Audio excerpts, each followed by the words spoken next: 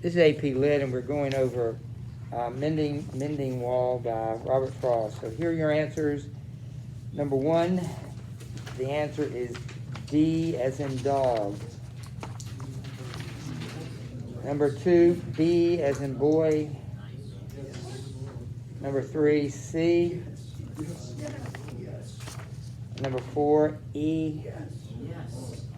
Number five, C.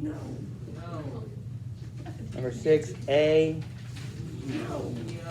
Number seven, B as in boy. Number eight, E. Yeah. Wait, what was seven? Seven was B as in boy. As in boy.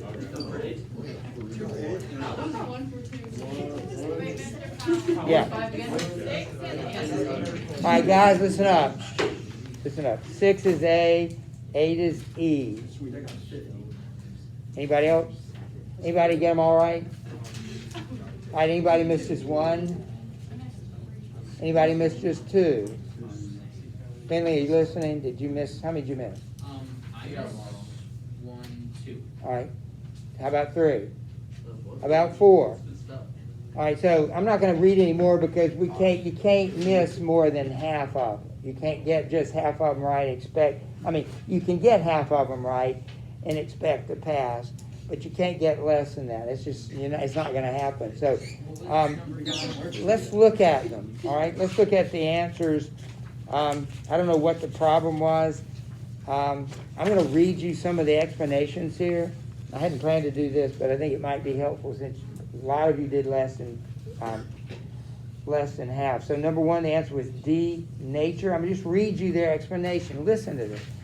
All right, sends a frozen groundswell in line 2 is the hint that something is nature.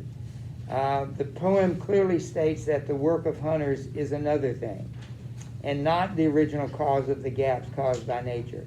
This fits with the concept that walls are man-made separations, therefore are natural and disliked by nature. And number 2, philosophical. Lines 1 through 11 simply report the gaps in the fence and speculate about there being some natural force that creates gaps in walls made by man. The next lines describe the neighbors meeting to repair the wall, something the speaker describes as an outdoor game. In lines 24 through 38, reveal the speaker's philosophical questioning of the need for walls. The last lines report the neighbors questioning acceptance of the need for walls, since having walls is traditional. Although the last line contains negative connotative words to describe the neighbor, contemptuous and bitter, are too harsh to describe the overall tone, and they do not apply to the rest of them. So the question was, what is the tone? That's one of the hardest things they can ask you, and they will ask you. It'll always be something that you need to be able to write about. All right, 3, the metaphor in line 24 primarily serves to. See, this is where just seeing a metaphor isn't enough. You got to be able to explain it and understand it. Here we go. The answer there is C, emphasizing the contrasting nature of the speaker and the neighbor. Since apples are nourishing and pine cones are prickly, the metaphor serves to emphasize the differences in the two neighbors' attitude. That's interesting. He has apples. The other guy has the pine cones. Two different kinds of things. The speaker is nourishing, sharing, and growth, while the neighbor is rejecting the change, prickly to the suggestion, and wanting a hard wall as a shelled protection, like the prickly shell of protection around pine cones. Pine cones are not a crop, so B is incorrect. D is too limited for a good answer since it is also encompassed by C, which is a more complete answer. All right. If one of these we get all correct, let me know. We can skip it. Number 4. Anybody? I assume some of you missed that unless you tell me. You know what laconic means? Let's see, there again, you can't expect to know every word they're going to show you. You've got to have context clues, or you got to just work around it. Helps if you read a lot, have a good vocabulary. It just helps. You can't do anything about that now. This test rewards people who do that well. but doesn't mean that you have to quit and go home. You can decide, okay, I gotta figure out how can I get around that? How can I get it right anyway? So here's some answers. The neighbor is laconic in that he utters only the platitude handed down by his father, that good neighbors, good fences make good neighbors. He never elaborates or explains his position. He is traditional in that he accepts the custom of maintaining a fence even where one is needed. No one is not needed, and refuses to go behind, that is, examine or question his father's saying. All right. How about 5? Anybody miss that? All right. Well, lines 32 through 34, these are the only lines that raise the central question of why men create and maintain walls in unnecessary places and situations, and also challenges the rationale of walls. The question was the main idea of the poem. All right, only 3 more. Answer to number 6, the question was, the speaker primarily wants his neighbor to think for himself and dare to question received and inherited attitudes. The speaker states that he wonders, quote, if he could put a notion in his head, why do they make good neighbors, unquote. The speaker also says, quote, he said it for himself. The neighbor moves in darkness or in ignorance, and he will not go behind his father's saying. Answers B and C are specific, concrete details that support the more encompassing generalization of concepts in answer A. Answer D and E lack support. There's no evidence that the neighbor is hostile or unfriendly since they work together in the outdoor game. All right, number 7, just got 2 more. B, the question was, the speaker most likely reviews a wall as, and the answer was B, an unnecessary, often an unnecessary separation of people primarily based on archaic beliefs. The speaker acknowledges that there may be some instances where physical walls are necessary to protect crops, but even then he goes on to expand the idea to barriers of any sort that wall in or wall out ideas or people who might take offense or give offense. He also implies that many walls are maintained simply out of tradition, segregation by race or sex or religion, simply because it has always been that way. Answer A is too limited and ignores the challenge of walls. 2 walls. C focuses on nature and ignores the relationship between people. D and E would be supported by the neighbor rather than the speaker. And finally, 8, darkness is best interpreted to symbolize ignorance. Everybody get that right? That's pretty universal, yeah. All right, I don't think we have to go into that, obviously. So before we leave it, again, that's why I said read the book, because what is reading to kill All the King's Men, guys? Hey, All the King's Men. How does that possibly relate to this? Because you're reading, and all reading is going to make you better as a reader. You're going to be more. Even this, when I ask you, what does that mean? What are those words? It's analysis, and that's the only way you're going to get better is if you keep working at it, and you do what the reading that I've asked you. Any thoughts about the poem? We actually talked about it a minute. Any thoughts about it that, like, if you had to write about it, or as you read it and took notes? I read it just.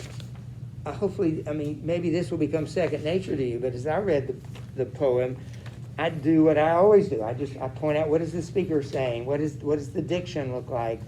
What's this word here for? What about this question? I'm always going through it, because anything that I write down here I could use if I were writing a paper. Any thoughts? How about Julia? Your thoughts about the poem in general, what it means, or anything about it? That is interesting. Like it's not split up into stanzas. It's just all one big mess of words. That's a good point. I don't know what you could make of it, but I like the way you think. You don't know either. You don't have to know at the time. You just say, this is odd.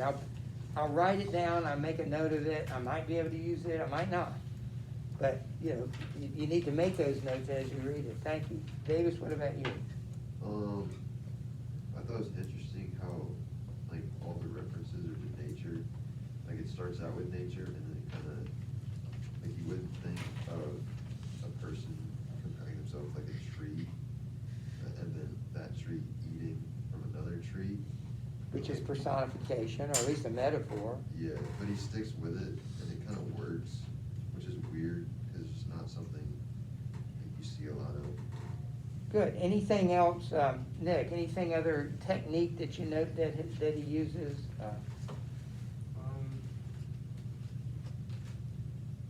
Well, he brought up like cows, because normally, you know, if you're like a rancher or something, like you don't want your cows wandering off of your property onto someone else's or vice versa.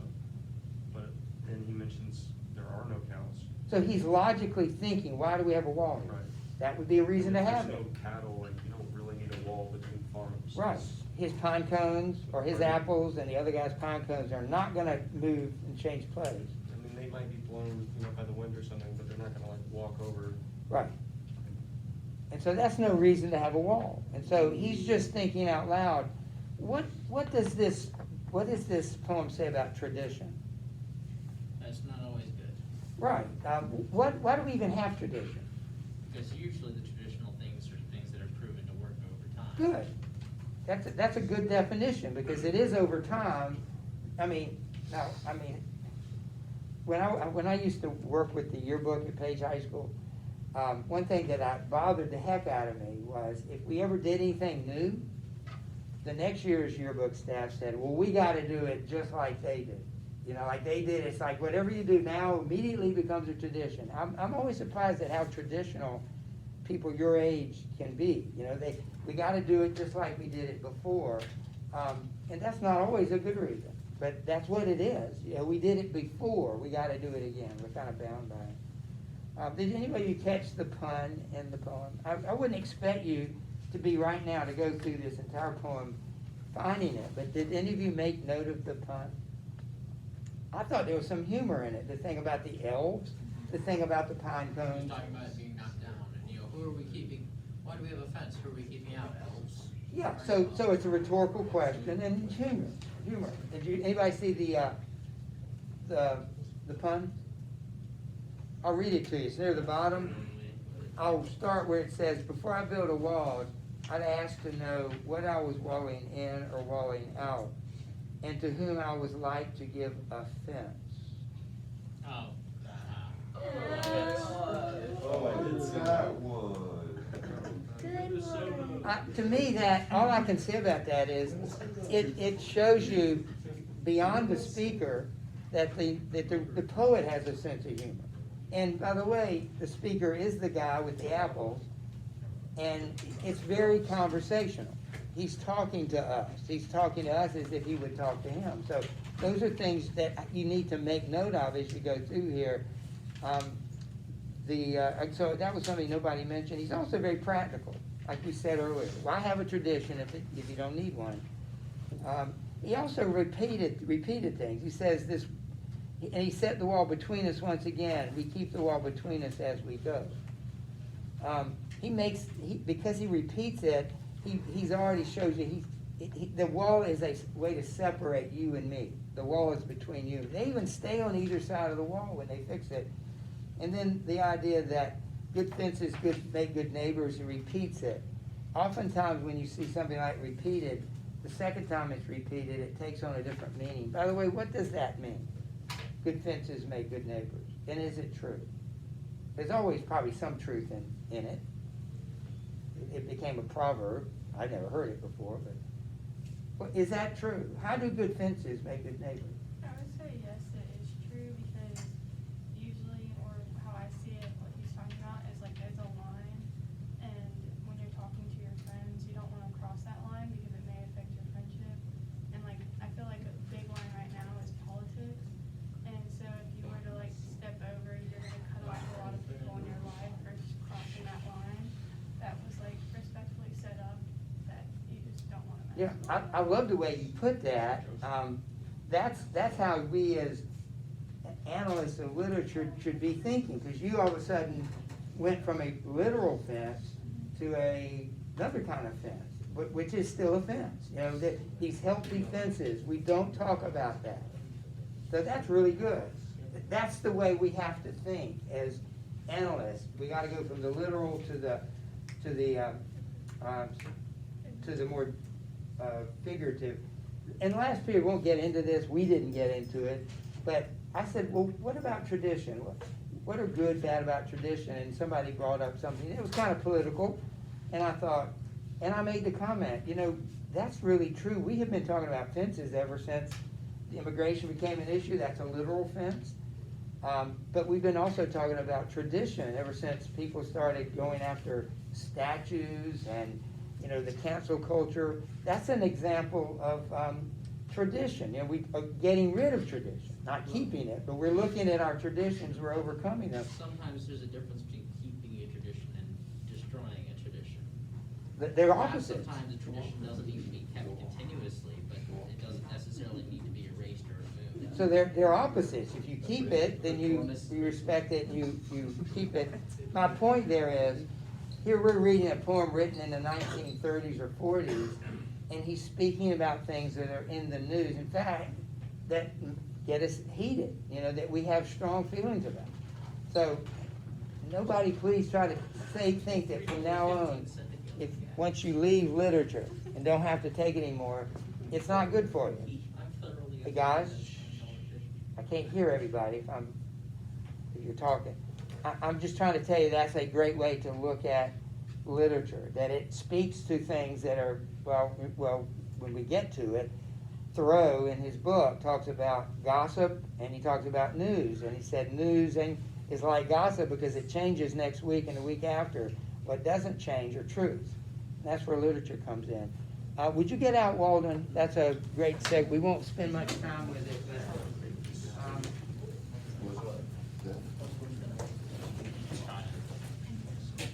did I give you a copy of reading as a list of questions for reading? Have I given that to you?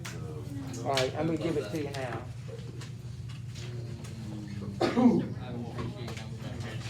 The name of this chapter is called Reading.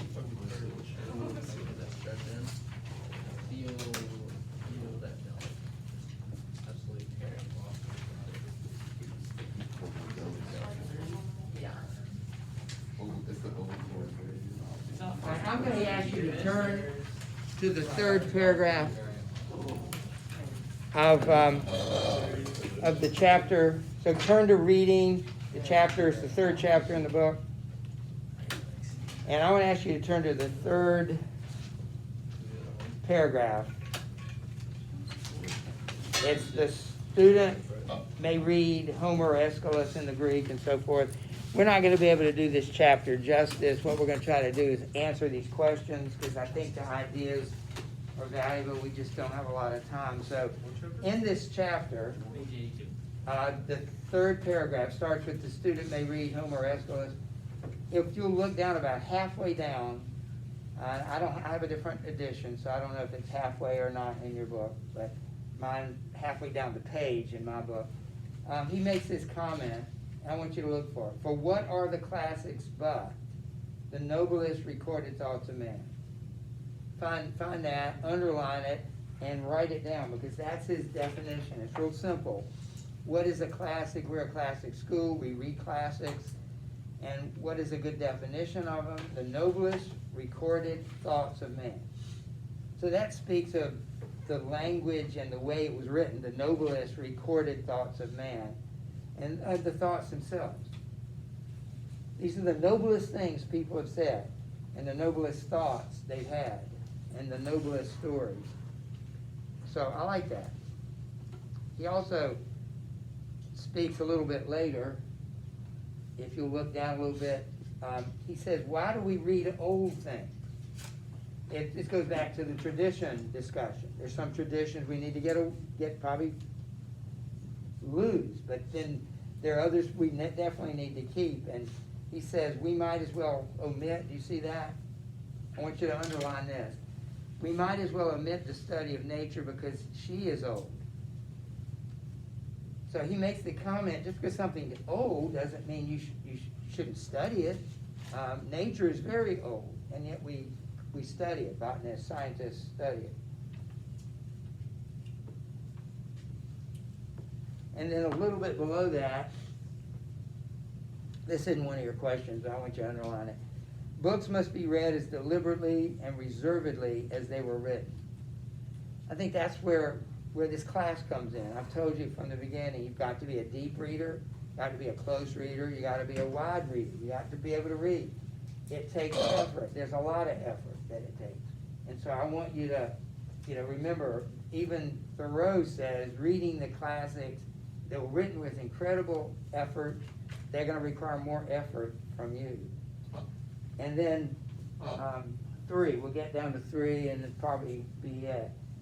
He makes this argument that written language is superior to spoken language. And I'm going to start reading where it says, it is not enough to be able to speak. Would you see that? It is not enough to be able to speak the language of that nation by which they are written, for there is a memorable interval between the written or spoken and written language, the language heard and the language read. The one is commonly transitory, a sound, a tongue, a dialect merely, almost brutish, and we learn it unconsciously like the brutes of our mothers. So you don't remember when you learn to talk. You don't remember how you learned to talk, but you know how you learned to talk. How did you learn to speak?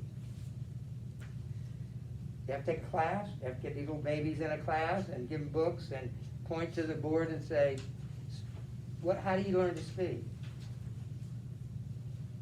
You never thought of that? Out of necessity. What? Out of necessity. I mean, well, it is a necessity. Babies cry, and for sure. But how did you learn to speak the language that we're speaking right now? Parents taught you. Now, what do you mean they taught you? They Hang on. gave you examples of it, like they would speak to you. But they didn't do it in a sense that they thought they were teaching you. They were just talking to you. So you kind of pick it up naturally and unconsciously. And he said that's one of the reasons why it's inferior to written language, because you didn't even have to make any effort to learn to speak. You just had to be alive and be of sound mind and physically okay, like most babies are, and you learn to speak is the most natural thing in the world. How did you learn to write or read?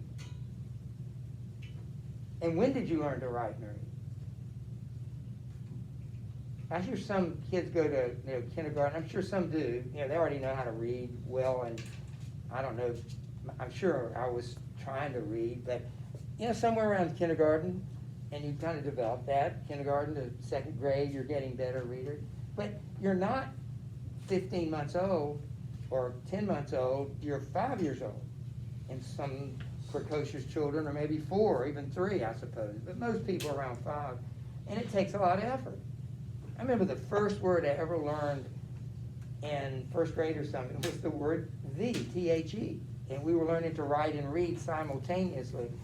And she wrote it on the board, and this, to me, I can never forget this. We both, my friend and I came home that day, and we were talking about learning to write, and read. It was a big deal. I said, what did you learn? I learned the word the. He said, well, we learned the word the. And we really thought they were 2 different words. It's odd, they spelled exactly the same, but it took effort, and so that's a reason why he says written language is superior to spoken language. Can you think of some other reasons why he would argue, which you can't get into his head, written is superior to spoken? Yeah. You can keep better records and stuff. And you think about it in a way that when you're writing, that you don't think about when you're speaking. You can speak off the cuff, but when you write, most people don't write off the cuff unless they're writing an email or a text that they're angry at somebody. So we will come back to this. Please bring it tomorrow. We'll continue to do some poetry. You need to read the book by next Thursday. We will have one finish reading it. We'll have one class where we'll talk about the essay and the book next week. But I expect you to finish it, and we're just going to move on to something else. So I think we're good to go. We'll see you tomorrow.